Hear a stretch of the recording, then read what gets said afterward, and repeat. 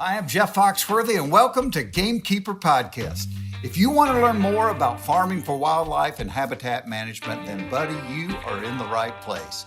Join the Gamekeeper crew direct from Mossy Oak Land Enhancement Studio as they discuss the latest wildlife and habitat management practices, news, and of course, hunting. There's no telling what you'll learn, but I'm going to tell you, I bet it's interesting. Enjoy.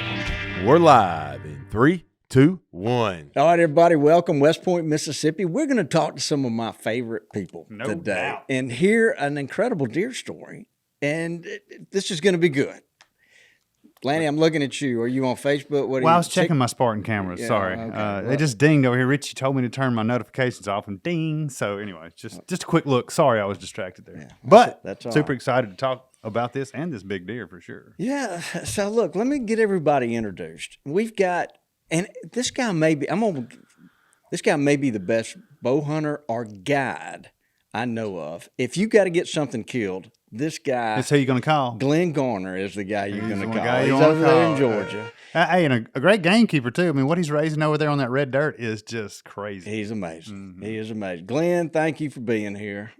Well, thank you for giving me good seed, Bobby. I really appreciate it. That's what I'm talking about, Glenn. Glenn can do it. And you know, one of our other guests helps you kill a turkey when you Yeah, can't kill a supreme turkey, So, guys. yeah, that's yeah, right. that's That's right. actually what I That's thought you were talking about. Yeah, so let's give props to Mr. Jeff Foxworthy.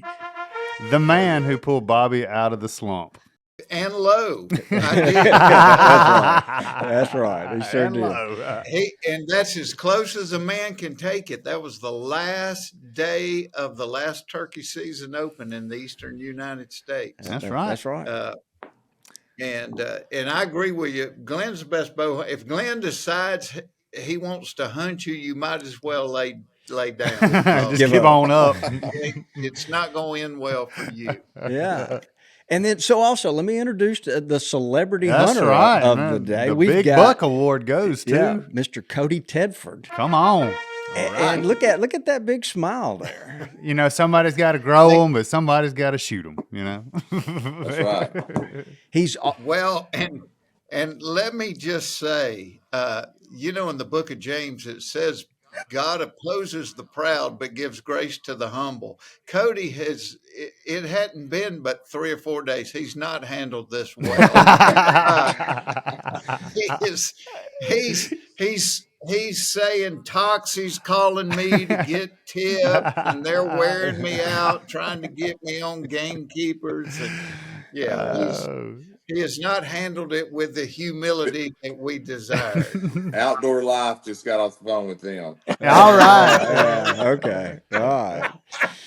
Cody. Well, Love you got a big smile, and who wouldn't? Because Yeah. the deer you killed is incredible. It is incredible. Oh man, yeah, It was really a dream come true. And man, I just can't thank Glenn and Jeff enough for that. I'll tell you. When you look, let's just get right into it, Glenn. Let's hear your side of the story. Let's take us up, and we'll kind of go back and forth between the three of y'all. But the gist of it is, a couple of days ago, as Jeff insinuated, Cody killed a 176-inch basic typical 178 and 3/8. Yeah, come on, Yeah, Bobby. okay. Quit selling There him you go. short. All right. Georgia red Don't dirt take buck. anything away from him. Yeah, Georgia red dirt buck too, that is amazing. It Yeah. really is. All right, Glenn, you tee us up. Well, I guess we can start basically with our annual camera survey. We really didn't have any history with this deer, and he shows up this year, and we were kind of torn between his age and what, you know, without any history and sheds to go on, it's kind of hard to, you know, put that piece of the puzzle together. But we did study his pictures as best we could. We determined that he was mature, and that if we got an opportunity, we were definitely going to try to take him. So the deer actually stayed around all summer. He was in a little bachelor group. It was actually him and another buck together, and they both of fairly good size, so they kind of stayed to themselves and didn't get in the mix of everything. And we did what, you know, we talked about this a while back on your podcast of how we go about trying to kill these early season deer. And Jeff and I had studied the situation, and we saw what we had. We felt like we could we could do it, but there was a lot of prep work that went into it. We knew where the deer was ending up at night, but we really, didn't have a good pinpoint of where he would end up, when he went to bed. So he wasn't getting to the field, the big field, early enough. So we kind of backed off of that feeder and started putting some feed out up into the timber where we thought he was headed. And luckily, first night we did, we actually got him on a pile, and then Jeff and I started really strategizing on how we were going to try to do this. As soon as y'all saw him, y'all knew he was giant. Somebody, if he just showed up, somebody's missing that deer. Well, which was unusual because there were two big deer running together, and the first one, Stonewall. Let me back up a little bit. So Cody lives in Arkansas. We have some buddies, Cody and his father-in-law and a couple other guys that will come bow hunt with us every year. And Cody had this deer underneath him as a 4-year-old. As a 3-year-old. Yeah. 3-year-old. In 2022. Yeah. And he was a great looking buck as a 3-year-old. A lot of people would have had a hard time letting this buck walk by him, and Cody had him right underneath him. And in Arkansas, the way those guys hunt, they hunt with dogs, so they just wait for Brown to run across the road and they shoot. Mm-hmm. So Of course. we've had to tell them, to kind of teach them through the years how to age a deer, how to tell when a buck's mature, and when a buck is mature. And Cody let this deer walk. He let him walk right underneath him, and a lot of guys wouldn't have done that. Probably the biggest buck you'd ever seen at that point. He was at that point. He was the biggest deer I'd ever seen, and I wanted to shoot him so bad. But he let him walk, and we were so proud of him. And then last year we tried to put him on the deer, and it just never happened. And the deer survived the year. So come this summer, the deer he ended up shooting was running with this deer, which is kind of unusual to have two big bucks running together. And so as Glenn said, we'd catch them down in the fields on our Spartan cameras at night, but by the time they would get there, you were out of shooting light. And so Glenn's like, we need to get back up in the woods. And we picked a spot. And like Glenn said, first night we put the camera out, we caught not just him, but both of them on camera. Well, we had a feeling that the one Cody had passed up, because now, how old is he now, Glenn? 7, I guess? 6 or 7. Yeah, he's 6 or 7, and he's kind of a homebody, really doesn't range far. And so we thought, well, so Cody's got double the chances. We wanted him to have a chance to take the deer that he had passed on as a 3-year-old. And so where we set him out, Glenn told him, he said, I want you to kill that deer you've got your heart set on, but if that other one shows up first, you're a better man than I if you let him walk. And he said, he texted me and said, you're going to have to pass a 170 plus to kill the other one. Whoa. I was like, oh, Yeah, that's I don't think that's going to happen for me. Yeah. Oh my goodness. So when this deer was 3.5, Glenn, what do you think he scored then? He looked to be probably close to 150 as a 3-year-old. Oh wow. Yeah, that's tough. 153-year-old. Yeah. Well, that's how you get invited back. You pass up a 150-inch 3-year-old, and great point, Dudley. You instantly become or if you shoot him, that's how you get not invited back. Yeah. Pass up a 3-year-old. Wise choice. Very wise choice. Get to be in the inner circle. That's good. Oh my goodness. All right, Cody. Well, let's hear a little bit from you. What was going on? What happened? Was it a morning or evening? I got there on a Saturday, and then Glenn and Jeff put me in a spot that evening that was not far from there, and I didn't see a deer. like when it got dark, I thought they've gar holding me. And and then my father-in-law had sat in that stand, the stand that I end up in, and so that next night, I think Glenn kind of thought, well, he may not come out because there's a lot of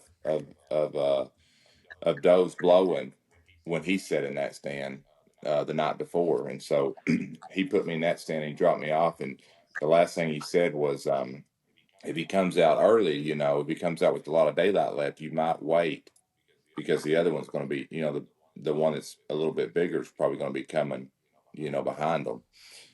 And so I had already told myself that I think I'm going to wait. I'm going to wait on the bigger one. Well, and And the reason I think that the deer were blowing is because Jimmy Cody's father-in-law thinks hygiene is a greeting. That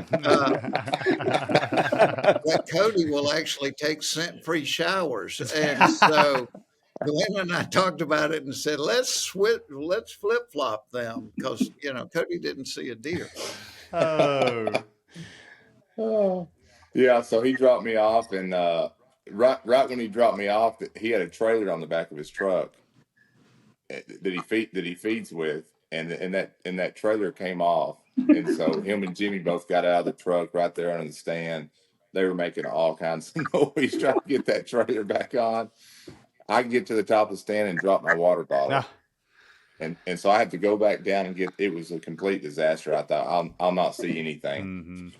And but sure enough, about 7 o'clock, deer started coming in, and there was probably, I'd say 15, 16, mostly does and some spikes, and they all came almost the same path that the deer ends up coming, and every one of those didn't seem, none of them even looked at me. They all walked straight through. Most of them didn't even go to the feed. They just walked around, and nothing looked up at me at all. And then at about I'd say 7:50 or so, that big one stepped out, and I was like, holy cow, I don't know if I can pass this or not. And as soon as he stepped out, I was looking the other way, and I kind of turned around and looked. He was looking right at me, like the first deer that was looking at me. He was looking right at me, and he started stomping. Oh no! And I didn't have my hand on my bow. I was like, oh my God, he's fixing a shag. And so we were kind of locked eyes. And I told Glenn, I said, I kind of started squinting a little bit, thinking that might help. Oh yeah, I'll be hiding behind my bow. Don't look him in the can't eye. see me. Yeah. And he started stomping, and then there was a deer behind him. It was either a small buck or a doe. I couldn't even hardly tell. And it took a step forward, and when it did, I think he looked away for a split second, and he took a step forward. He had just been stomping, and I thought he stepped forward, and when he did, I grabbed the bow and quickly turned on him and shot. Wow. And I thought, as soon as I shot, I think I hit him pretty good. But as these guys know, I usually say that and did not hit him good. So, but he ran about 40 yards, did a circle, ran into the woods, and I heard him crash. And I thought, oh man, I couldn't believe it though. You should have seen this deer in real life. It was unbelievable. How far was the shot? It's 26 yards. Come on. Oh wow. Was it, Yeah. And as far as I'm looking at you, I do like my grandson playing hide and go seek. I've actually closed my eyes because I think, well, if I can't see them, they can't see me. Oh yeah. But I try not to look at them, and I don't know if there's anything to that or not. But if anything, it helps calm the shooter. Yeah, no doubt about it. Yeah. I don't like to look at them. And I definitely don't like to look at their horns. That's for sure. you can't. No, once I learned that from Glenn a long time ago. Is your natural instinct is to look at the horns, but I start looking at. I'm looking at the belly. I'm looking at the neck. I'm looking at the nose. Is he old enough?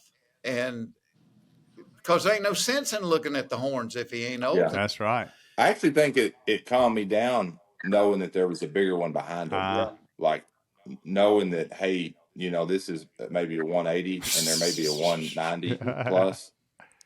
I think I actually calmed me down a I little don't bit. know if that thinking- would have calmed me down at my all. So, Glenn, did I misunderstood that? The deer that he ended up shooting, I thought you had told me that deer just kind of showed up. Y'all really didn't have a big history with him. Yeah, that's right. We didn't have any history with the deer. Now I've seen pictures of deer that is probably was him last year, and after looking at him, I would kind of agree with that. But the size he was last year, you could tell, even though he was a really old deer. I mean, he was flatline on the bottom. Cutters were gone, everything. He was just an old deer. I'm thinking he's 7.5 plus. He was still, as last year, he was probably 150, maybe tops. So he had a really good growing season. And we were blessed throughout Georgia and in the Southeast. I'm sure y'all too, got a lot of good spring rain, which usually tends to, a lot of good horn growth. We see that time to time. But I will say this, after last year, we stepped up our game on getting rid of a lot of the mature bucks and cutting down on a lot of the stress. And we shot 31 bucks last year, and this place, it responded. It exploded. Now, it looks better this year than it has in the past, I'd say, Jeff, 7 or 8 years maybe? Wow. Yeah. So, and I think it was a combination. Less stress and good spring rains, and even through June and all, we were getting a lot of good rains, and for us, a wet spring and early summer, because what that does, it makes that native so good. And we had a good burn season before that, and usually when we have wet springs and summers, we have good antler growth. Yeah, so makes sense. We were looking forward to this season. So you're saying y'all took out a bunch of like bully management bucks last year? Yeah, we did. Absolutely. We did, Dudley, and we need to do it again this year. We're just getting started, with the DMAP program, which gives us a ton of flexibility on what we can take and who can take them. But that program has really been beneficial to people like, Jeff and other large landowners, even conglomerates of leaseholders that can add land together to get them to be a big enough block to put them in that program is a huge benefit. Yeah, it is. Yeah. And I've gotten so old. I get excited looking at pictures of the big deer, but when I see like a big old fat 7-point, I'm like, please, Lord, let me kill that. Yeah. Please, Lord, let I'm me right kill with you, that. Jeff. And it's like enough meat it's like shooting 3 does worth of meat, killing a big old. Night, yeah. I was going to ask, what did the deer weigh? Actually, he was kind of small framed body wise. He didn't weigh but 205. The deer that he's with is on a different scale of body. Anyway, he's probably 40 pounds heavier. That's incredible. That is incredible. So did the other deer show up, Cody, or did you make so much racket? He's probably hollering, I got him. Yeah, he didn't. I actually stayed pretty quiet for a while because I wanted to actually see him. I thought it'd be cool to, just to see him. Not that I would have shot him. No, that's why that boat was locked and loaded. Huh? Yeah, he wouldn't have shot him, but he did have another arrow already. Isn't that interesting? Well, so I was just, in case mine came, the one I'd shot, came back. Got back up. DMAP rules. Yeah, that's DMAP right. rules. Yeah, that's DMAP. That's right. Man, well, you guys, it just never ceases to amaze me. I've been out there, I think 3 times to visit. The style, the system you guys have over there, it just works so well. And I hadn't combed through the whole place, but y'all take, you can either take that I'm going to keep this place dead quiet approach, or I'm going to ride around and work because this is a working farm, and I'm going to train my deer to hear those popping rocks and to hear that truck door, hear that motor running. And then you leave and they know it's safe again. One of the strategies I've noticed you guys use is you're making these big, Jeff calls them native, but just these big, thick areas of native vegetation. And then you're hunting, they're going to a food source and you're hunting between. It sounds really simple, but whatever y'all are doing, it works so well. And y'all been on this path for years. I mean, we first came over there and they were starting this. So it's amazing to see it all come full circle and to kill the quality of animals that y'all are killing. But you say that. We all say that, and we're complimenting you guys on what you do. But it comes down to picking that right tree. Oh, yeah, for sure. And that No right doubt about trail. And there's a lot to it because there's a lot of ground over there. Yeah, it is. They're masters. Yeah, and you're doing it with bows, getting them to just come right through. It's So Cody, I got to ask you, I would have come unglued. That's a buck of a lifetime. How did you handle your composure before or after? And walk me through making the shot. Yeah, I honestly think I thought about that. I thought, like I've been there before and killed, a couple 140s. I was way more excited, like nervous about those. I don't know why. And I almost think it was because when he started stomping, I thought I didn't really have time to think about it. And I think if I would have waited and let him, if he hadn't looked at me and he would have walked in and all this and that, I think if I'd thought about it for a long time, I probably would have been nervous and made a bad shot. Yeah. So the fact that he looked right at me and I had to do it quick, I think is probably the reason I did make a good shot. Yeah, and you were obviously wearing mossy oak, so I mean, he didn't see you. Yeah. I mean, that's really probably the reason I killed him. Yeah. He looked. He probably didn't see me because I don't know. That's it. So I didn't ask you this, Cody, but so after you shot, in the first few minutes after that, what was going on with you? What were you thinking after you shot? I was pumped. I mean, I literally, you asked me earlier if I had yelled and screamed, and I literally wanted to. But I was actually thinking, if I gut shot him, he may be laying there. If I make too much noise, he's gonna, get up. And we've had some do that. Typically when I shoot a deer, Glenn calls the dog guy before he even comes out there and tells him to get ready. But did you start shaking after you shot? I was a little nervous, yeah. But I really think knowing that there was another one there that was that big, I think I calmed down because of that, honestly. Goodness, it's because I find myself and I think part of what Cody's talking about, it's like anything. The more you do something, the better you handle it. You get that experience, but also it's like with Will Smith was like your deer. Will Smith was just suddenly there and he was close. And I said later, if I'd had to watch him walk across the field to me, I'd have would have come undone. Mm-hmm. But what I have found with me these days is I don't necessarily get all shaky and all as it's happening. Yeah. But as soon as it's over, I mean, my legs will start knocking and my hands will start shaking, and I'll sit there for the first 3 or 4 minutes after I let an arrow go. I couldn't climb down the tree for $1 million. I'm shaking so bad. It's a good feeling, though. It is a good feeling, no doubt about it. And I say everybody, every hunter should experience that one time. Yeah. One time. No doubt. As much as we love where you're like, holy cow, what just happened? Yeah. As much as we love turkey hunting, it'll be something I'll never forget. I mean, I'm like, golly, like that was one of the top 5, 6 things I've ever done in my life for sure. Oh yeah. And the other thing with that is, like, people have asked me through the years, do you ever go back and watch that film?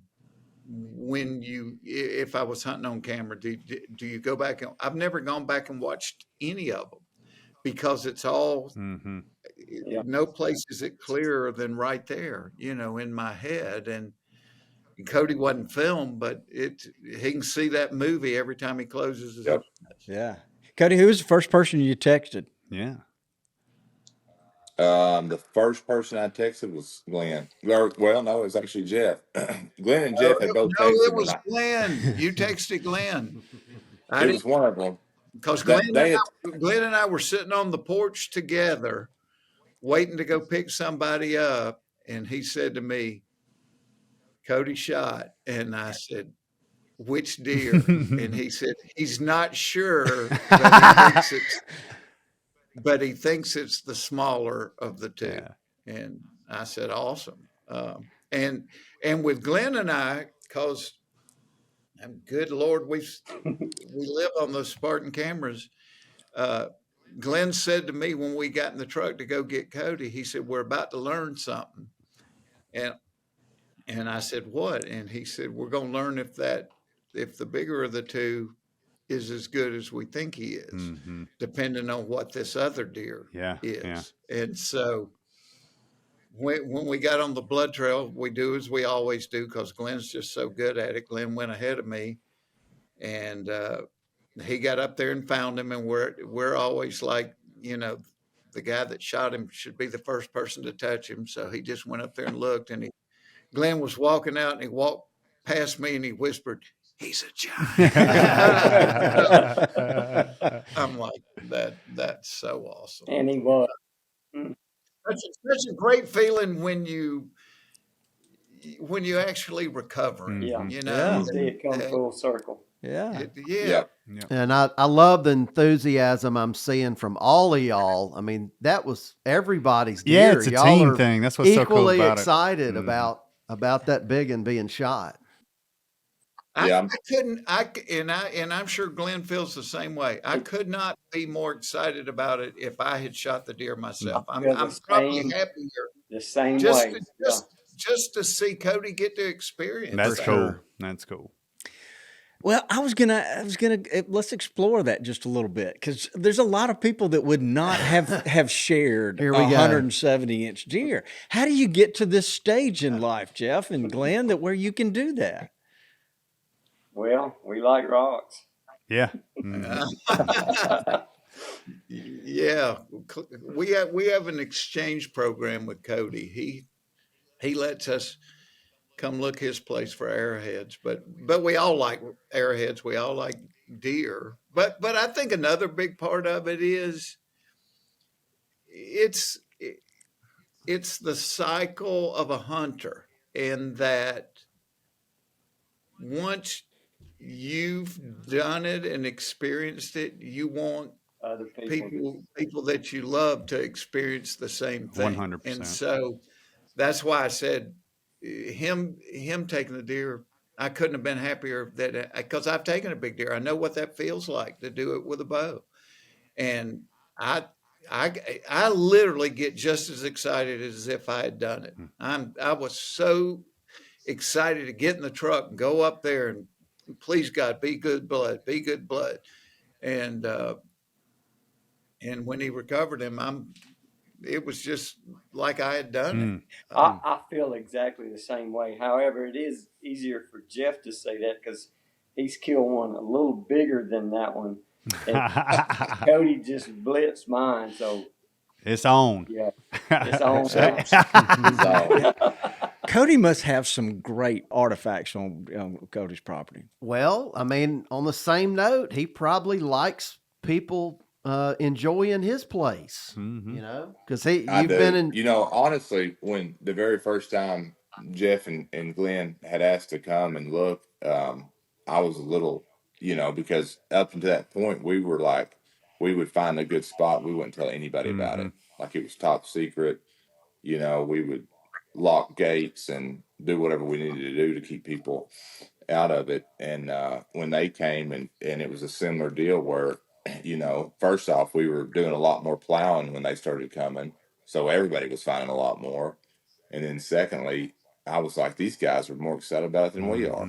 So, having somebody that loves it and loves to do it, it makes it really easy to share those things with people. That's cool. I'll say this. So we're looking at Glenn and Jeff, and we know the love, the care, and the respect they treat nature and the hunting and the animals on their farm. They have that same love and respect and respect is a big word here for the artifacts that they find, and they display them and they learn about them. I think they do it the right way. Mm-hmm. So I picked up from the conversation, I assume the big deer is named Stonewall. That's Is right. that correct? Yeah. Did Junior have a name? Well, Cody loves history, and he's a big Civil War buff, and so I kind of pick a theme every year For the for buck the name. I buck, love y'all's the, buck for the names. That's why I bucks, had to know. Yeah. for the bucks that we're going to name. So the year Cody let that deer walk, I decided to name him Stonewall, and we had General Lee, which we found dead last year, and we had Sherman, who's Cody's father-in-law, got so excited he shot through the wall of my redneck blind. So Sherman is still alive and well, but so this year the theme was kind of gangster names, and I had named this deer that showed up Kingpin. But if Cody wants to change the name to like Longstreet or something like that, he's Completely. Yeah, cool. Yeah. Cody. Kingpin will Kingpin. work. That is a good one. That's a great one. Yeah. All right, Cody, you got to tell us about walking up there and putting your hands on him. What was that like? I was there, I guess it was probably 6 years ago, maybe, when Jeff killed that 183 buck, and that was a monster buck. And so that just seeing that, I actually videoed that when we were walking up on him, and that was one of the coolest things I'd ever seen up to that point. And so I got that very similar feeling walking up on this, and I was like, "You've got to be kidding me!" Just seeing it laying there, it was unbelievable. Yeah, I bet so.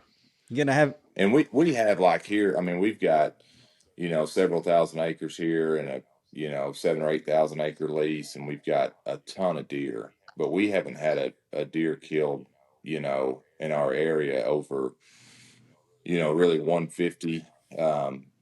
Maybe once every 3 or 4 years, somebody will kill one that pushed 150. So seeing that one that was pushing 180 laying there was, something we don't see very often, if ever. Yeah, since I don't think any of our listeners are seeing a photo of it, what can you describe, what he was like? Yeah, I think did he have 14 points clear total? Yeah, total 14 scorable. He's basically, he's like a mainframe 10, but he's got a little, he's like a 6x5. Yeah. He's got a little bump on his G6 on one side. Very typical frame, but he's got split brows, and he's got like a little, well, I say little, like a 4 or 5 inch hook point off the base of one of his brows. Yeah, he had 5-inch bases, and they pretty much ran around 5 inches all the way down, didn't they, Glenn? They did, yeah. Yeah, he was really, really heavy in the curves of his beam. His mass carried all the way out to the end of the beams. To me, that's kind of, that's the first thing I noticed when I walked up. He's heavier than I thought. And I knew he was pretty heavy just from his pictures. So I felt like, what we were thinking was spot on. Then I saw the length of the trash, and I said, he's going to be high 70s, I mean, low 80s. But, yeah, the phenomenal deer, and just tickled that we got him. So what does that make Stonewall now? What are y'all thinking he's looking like? We've been back and forth. We're really not sure. When he stripped out, in fact, he stripped out the night that y'all got there. That's kind of what, he had been daylighting pretty regular every day. And the night they got there, he decided to strip out. That usually, it'll mess him up for a day or two. But when he finally come in, that night, he just had velvet hanging. We knew what he had been doing and why he didn't show up when he did. So, yeah, wow. So, Jeff, is there ever been a buck that you told Glenn, Okay, he's off limits for everybody. I want to hunt this one. He's mine. Or what would it take for that to happen? What kind of buck are we talking about? I don't think we've ever had one where I said that. Mm-mm. We've had deer like General Lee last year where I've said, no, please, nobody shoot this deer, including telling the neighbors, saying, hey, if he comes on you, do me a favor and let him walk. Only, and I don't mean don't ever shoot him, but if you'll let him walk One more one year. more Yeah. year and he comes on you, by all means shoot him. But let's see what he can get to.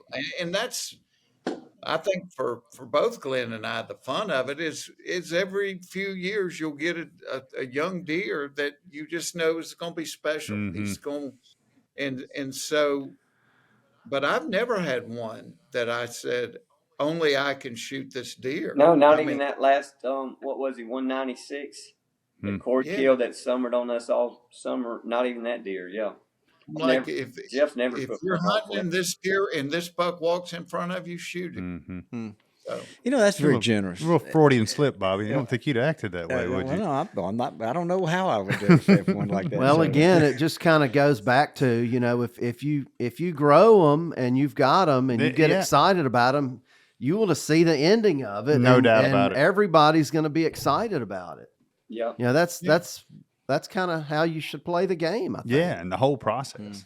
I'm very well, and I've been to places where people have done that, where they won't allow other people. Good Lord, Glenn's out there 365 days a year, Right. burning and planting, and I'm never going to tell him don't shoot a buck if he walks in front of you. But I wouldn't tell my brother or anybody. I get tickled just seeing them, because you've done something, and I don't care how good you are at it. You got to have a little lady luck on your side. Yeah, that's right for the big ones.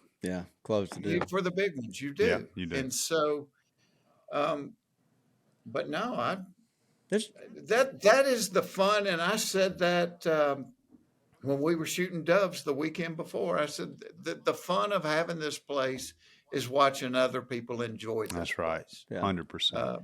There's a good lesson there. No, man, that's There a great really lesson. is. That's the gamekeeper lesson in it. I just don't know that everybody is at that stage in life, and I admire where they are. Yeah. Sure. Well, do. that's where we should all aspire to be. That's right. There you go. Yeah. Have I ever told y'all about the time that I first met Jeff? You haven't, Bobby. No, Jeff, I don't know that we've ever talked about this, but we've met and started doing some stuff together about 10 or 12 years ago, but about 15 years ago, I was on a late night flight going back to Atlanta, and just by luck, I got to sit next to Jeff. I was so excited, and I was asking him all kind of questions, but about 5 minutes into it, he got this leg cramp, and he had to be asked to move to a seat that had more room. So I never really got to finish that conversation that I first started with. Yeah, that leg will cramp up on me on a flight. So I never got to finish my conversation with him. Well, things come full circle. You got to talk to him about it at his farm. It wasn't the talking; it was the touching.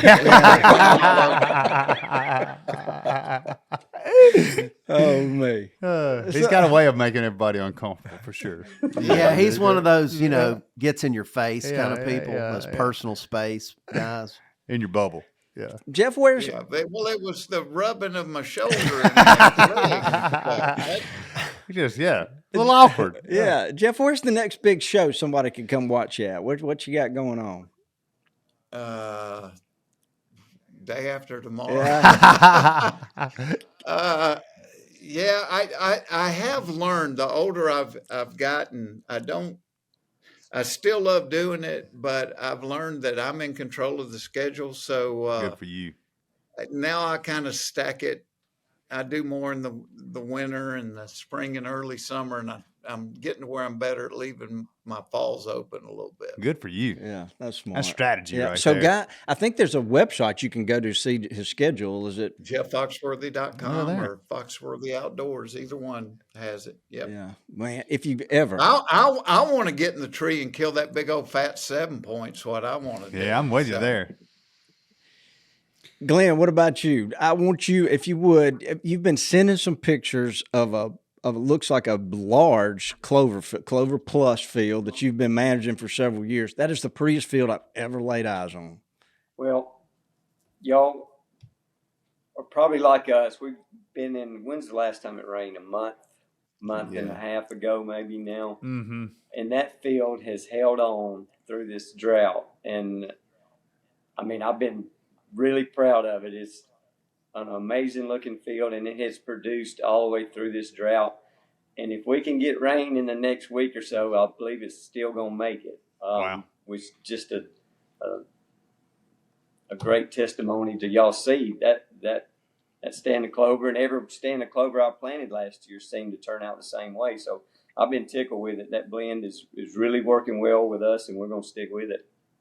Yeah, it's been a good year. Clover Plus? Yeah, Clover Plus. Clover But Plus. it is, they're in the weed in the field, and I think Glenn said he didn't have to spray it. Wow. Never sprayed it. Yeah, it was just a solid mat of clover and chicory. Well, that's because his plower, I mean, Oh, yeah. people are ranked. He's got a plower that will leave you brownie mix before he gets in there to do his magic on it. So, Yeah. and the plower works for free, and if anything breaks, the plower has to pay for it. So it's a good deal. It is a good deal. It is a good deal. That's right. Yeah. Is there anything special you're doing, Glenn, on that Cobra establishment? Are you going heavier per acre in your seeding rate, or? I did bump up the planting rate on it just a little bit. I think I went to about 20 pounds. Yeah, we did that this year too. Worked out pretty Did well. you? Yeah. Y'all do any subsoiling in that red clay over there? In that bottom that it's in, yes, we have. Mm. And it does help with the weed control a good bit. Wow. Nice. So Cody, let me say this about Cody. He is look, Lanny, it doesn't mean anything to you, but What? the rest of he's the co-owner of this if I'm gonna mispronounce it, but Toad Thumper Lure Company. They make some fantastic bass baits. Oh man, Some incredible bass baits. Yeah. Toad Thumper. I love that name. I have seen that, and I follow it, so I love it. They got a glide bait that is gorgeous. Yeah, I mean, it looks like you, Jeff. I bet you have fished that thing around your dock some, and Dude. That's one good thing about being buddies with Cody is every time they have something new come out, he'll send Glenn and I a box of them and say, "Y'all try this out." So, that's like getting Christmas presents throughout the year. Yeah. They make awesome baits. Toad Thumper, y'all. Check it out. Yeah, what a great brand name too. Cody, how'd you get into that business? Hey, so it's probably 3 years ago. A friend of mine, he's a lead singer of a rock band called Whiskey Myers. Yeah. He and I had gone to Bassmasters, and he's like, I want, and he's a huge fisherman. And I fish a lot too, but he's really ate up with it. And he was like, hey, let's, through your Walmart connections, can you kind of hook me up with somebody that I can design baits for? And I was like, let's just design our own, and sell them. And, so that first year we worked, COVID had just kind of started and we worked really hard. He designed some frogs first. The frog is really, really good. He basically took, most of the frogs out there at the time, they took on water. You had to cut the skirts. You had to bend the hooks, lots of issues with them. And so we tried to make a frog that you didn't have to do any of that with. It walks really well, pops really good. And so we released those frogs at the next Bassmasters. And we got a call like that week from Walmart and Tackle Warehouse, both wanting to put them in. We've released since then jigs, the glide baits you talked about, swim baits, worms, various soft plastics. We've got some smaller frogs coming out. In the past 2 months, we've been able to get in Academy. We got in Bass Pro Shop, Mystery Tackle Box, Sportsman's Warehouse. So it's really, really clicking along, doing really well. Heck yeah! So that you don't call it Cody and Cody fishing lures. You call it Toad Thumper. I love it. Toad Thumper, Well, yeah. And it was divine because I had on a Toad Thumper T-shirt when we went to pick Cody up at the stand. And Glenn and I, whenever we're looking at the Spartan cameras and we see a big deer, one of us will text the other one, "Oh, go check so-and-so. There's a toad there." Mm-hmm. And so I thought, well, because of an error, Toady is a legitimate toad thumper now. Yeah. Yeah, he is. That's right. Yeah, he is. Oh my goodness. Well, look, this is an incredible story. Cody, you got a big smile. Yeah, congratulations. That's just huge. Thank y'all so much. It's a heck of a deer. Here's the problem, though, is out where they live, and they don't have big deer, so it's not a taxidermist haven. And some of their mounts, oh my Look, word! Google-eyed, And yeah. Glenn, that's the only thing Glenn asked him. He goes, "Please get somebody good to mount this deer." So, because you're gonna look at him every day for the rest of your life. That's right. That's right. I'm gonna get somebody really good. Look, I'd have had a life size mount of this. Yeah. I'd have still had him riding around in the truck showing him off. Yeah, so That's good stuff. y'all seen It's this only yet? been 3 or 4 days. Yeah, He's been fine. he's fine. Yeah. He's fine. Hey, before we let y'all go, we've got a trivia question that we came up All with, right. with you guys, and y'all can talk amongst yourselves to get this answer. I'm gonna turn it over. Our trivia is brought to you by the Peanut Patch. Yes. Boiled peanuts. Boiled peanuts. So, all That's right. right. Go ahead, Rich. All right, our listener today, who's our winner, Connor Hughes, 256, left a review, a True Sportsman's Podcast, 5 stars. Oh, we go. wow. All right, Connor. So you just won a Ryan Kirby. It's a poster where you can age deer. Deer It's got aging the body, chart. That's right. the ages, and then the antler configuration. It's really, really nice for a hunting camp. All right, here we go. What's the minimal score for a whitetail deer to make the all-time Boone and Crockett record book in the typical and non-typical Oh, category? 2 questions. 170 and 195. Boom. Yeah, I mean, come on. Dang. Y'all could have come up with something Dang. harder for Glenn. Well, I mean, come on. I was just fixing to say that, Glenn. What about the bonus? Well, we got another one for you. Oh, got another one. All right, so the bonus is, what is the minimum Pope and Young score for a typical and non-typical? 120, 125. 155. You got half of it. So, yeah, 125 typical and 145 non-typical. Non-tip. I didn't know the non-tip one. Yeah. Learn something I every dropped day. it down to 1. Is it always been 145? I don't know, but that's what it told me today when I looked it up. Oh. Okay. Now, Bobby might have just threw that in there. I could- Yeah. it I could've think been a Bobby just threw typo. it. I don't know. So how big is Hercules? Hercules is under one. He's like 163, 164. Oh, okay, Yeah. okay. I've never laid eyes on a 170 in the wild. Hmm. That's kind of where I would. It's a big deal to get to that mark. That's a hard mark to. Whoever came up with 170 really Yeah, knew what they were doing. Yeah, there's no Yeah. doubt about it. That'd be Theodore, wouldn't it? Yeah, think so. It would be. Closely. Yeah. Yeah. Teddy. All right, guys. Thank y'all so much. I know y'all are so Yeah. busy and you got a lot going on, but congrats on the big buck, Jeff. Thank you for all you do. You're just such a good guy out there in the world. But I just had a grandbaby a couple of months ago, 3 months old, little Charlie, and so my wife is loving watching your Instagram because it seems like every post you do is about you and your grandson. That's awesome. Yeah, I have to tell you something funny the little joker did, because he's 4 years old. He's been taking swimming lessons, and he swims over to me one day. He calls me Jax. He swims over and grabs my neck. He goes, "Jax, I got a pee-pee." And I'm looking around thinking, I don't want to get out of this pool and dry off and go through the house and have wet footprints all on the wood floor. And so I kind of whispered, I said, "Buddy," I said, "just pee in the pool." And he said, "Really?" I said, "Yeah." I said, "Listen, nobody admits it, but everybody pees in the pool." He said, "Okay." And he let go of my neck, swam to the side, climbed out of the pool, dropped his bathing suit, and peed a big right in the pool. Love that. And that night I wrote, "If you have ever peed in the pool without being in the pool, you might be a redneck." No doubt about There you that. Inspiration. That is right there. inspiration.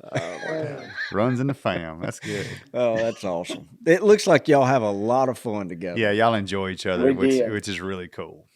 We do, man. And that's, it's great when we kill deer, and it's great when we don't kill deer. Mhm. or when we find rocks or we don't find rocks. And to me, that's kind of like the old thing. It's not the destination, it's the journey, right? Yeah. So if you make the destination the focal point, a lot of times you're not going to enjoy it. But if you just make the journey the focal point, you're going to enjoy it every time. Mm-hmm. Good words. Well said. Wisdom. Yep.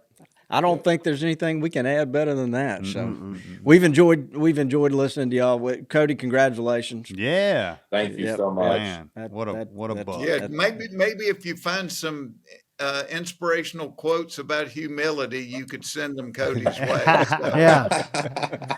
He's a quote kind of guy now. Sure. Sounds like we need to get your dad a big one next. Yeah. Maybe he can not hit the shooting house next time. Or shoot through the same hole at least. Well, the time before that, we had a really big deer coming in on him, and he got so excited and he turned to shoot, and he said he dropped his spit bottle and it hit every step on the ladder the entire way down the tree. So, oh, that's good. That's that's why the journey's important, not the exactly. destination. That's a real world Right. scenario. Learn every time. It sure is. All right, guys. Well, thank y'all so much. Glenn, you're an amazing person at what you do. You truly are the best at what you do.